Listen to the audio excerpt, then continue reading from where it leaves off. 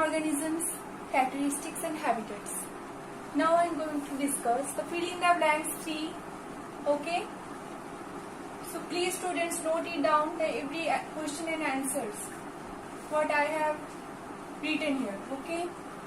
First, fill in the blanks. The presence of specific feature which enable a plant or an animal to live in a particular habitat is called. So what should be the answer? The presence of specific feature which enables a plant or animal to live in a particular habitat.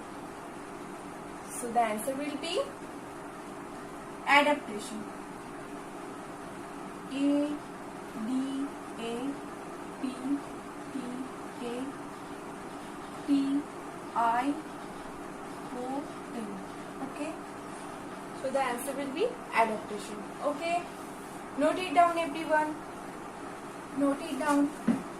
Next, the habitat of plants and animals that live on land are called. There are many kinds of habitat. So the animals and plants lives on land. That type of habitat is known as terrestrial habitat. Okay. TERRESTRIAL.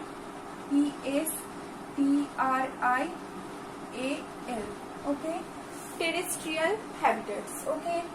So the habitats of plants and animals that live on land are called terrestrial habitat. Okay.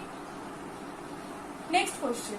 The habitats of plants and animals that live in water are called. The answer you know. The answer will be aquatic habitat. Okay. Aquatic habitat. So the habitat of plants and animals that live in water are called aquatic habitats. Okay. Next question. Soil, water and air are dash factors of habitat. I have discussed two factors which are very essential for an environment, that are biotic and abiotic. But among these three factors, soil, air and water, these are comes under abiotic factor. Okay. So abiotic will be the answer. Soil, water and air are the abiotic factors of habitat, isn't it? Next, changes in our surroundings that make us respond to them are called. I have already discussed it and you can answer it. The answer will be stimuli. Any stimuli, just like heat, touch, then smell, these all are comes under stimuli. So changes in our surrounding that make us respond to them are called stimuli. Okay. I hope there will be no problem in this fill in the blanks. And the answer 4 that I have already discussed in the previous video. Please students note it down. Every question answer please note it down. Okay. Next question.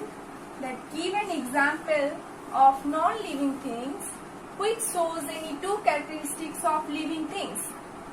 This is a very good question. That give an example of a non-living things which shows any two characteristics of living things. There are many more things. Here I have given one example of such non-living things which can show any two characteristics of living things, such as cloud. Cloud, you see now? Cloud which show the following two characteristics of living organisms or living things, such as it grows in size and it shows movement. Okay. So another example also you can take, that car. Car is also a non-living organisms, non-living things. So they are able to move and they also needs oxygen for their engine. To start their engine, oxygen is very essential. Okay. So car is also an example of non-living thing which shows any two characteristics of living things. It shows movement, or it can move from one place to another place, and another it needs air. Okay, I hope you understood, and if you have any problem in this video, please ask me in the e-portal. Okay students, that's all. Thank you. Living organisms, characteristics and habitats. Now I am going to discuss the fill in the blanks 3. Okay, so please students note it down, the every question and answers what I have written here. Okay, first fill in the blanks. The presence of specific feature which enable a plant or an animal to live in a particular habitat is called. So what should be the answer? The presence of specific feature which enables a plant or animal to live in a particular habitat.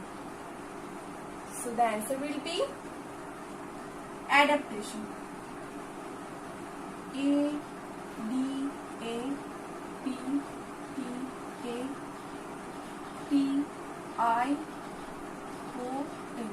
Okay. So the answer will be adaptation. Okay. Note it down everyone. Note it down. Next, the habitat of plants and animals that live on land are called. There are many kinds of habitat. So the animals and plants lives on land. That type of habitat is known as terrestrial habitat. Okay. TERRESTRIAL.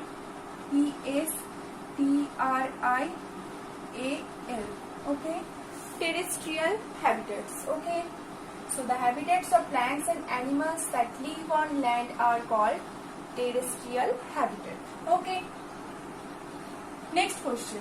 The habitats of plants and animals that live in water are called. The answer you know. The answer will be aquatic habitat. Okay.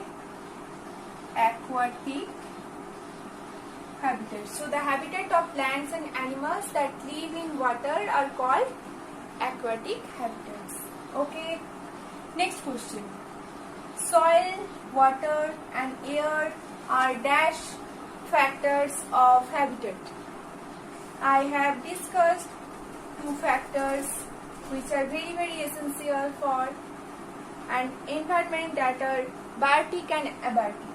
But among these 3 factors, soil, air and water, these are comes under abiotic factor. Okay. So abiotic will be the answer. Soil, water and air are the abiotic factors of habitat, isn't it? Next, changes in our surroundings that make us respond to them are called. I have already discussed it and you can answer it. The answer will be stimuli. Any stimuli, just like heat, touch, then smell, these all are comes under stimuli. So changes in our surrounding that make us respond to them are called stimulant. Okay. I hope there will be no problem in this fill in the blanks. And the answer 4 that I have already discussed in the previous video. Please students note it down. Every question answer, please note it down. Okay. Next question. That give an example of non-living things which shows any 2 characteristics of living things. This is a very good question. That give an example of a non-living things which shows any 2 characteristics of living things. There are many more things. Here I have given one example of such non-living things which can show any 2 characteristics of living things, such as cloud. Cloud, you see now? Cloud which show the following 2 characteristics of living organisms or living things, such as it grows in size and it shows movement. Okay. So another example also you can take that car. Car is also a non-living organisms, non-living things. So they are able to move and they also needs oxygen for their engine. To start their engine oxygen is very essential. Okay, so card is also an example of non-living thing which shows any two characteristics of living things. It shows movement, or it can move from one place to another place, and another, it needs air. Okay, I hope you understood, and if you have any problem in this video, please ask me in the e-portal. Okay students, that's all. Thank you.